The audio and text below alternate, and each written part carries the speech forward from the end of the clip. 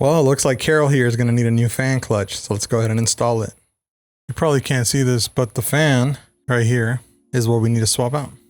And to replace that, all we need is a 12mm and a 10mm.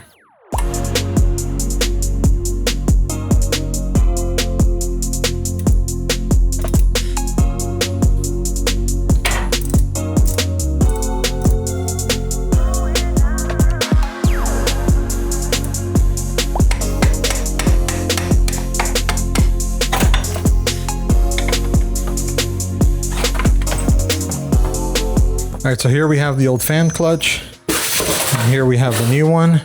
We're basically going to undo these 4 bolts and then swap out the fan onto the new one.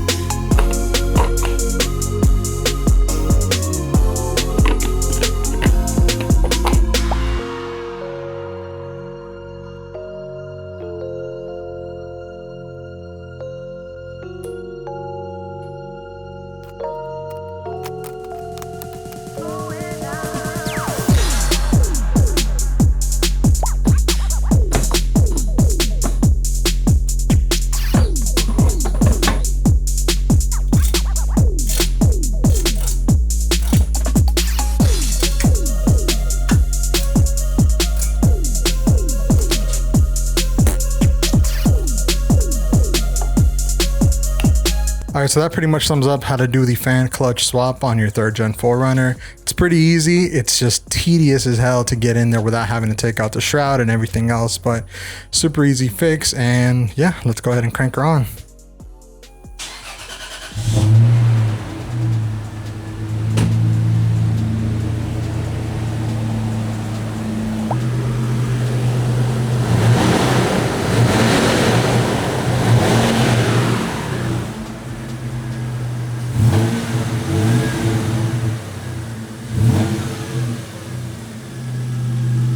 That sounds really good.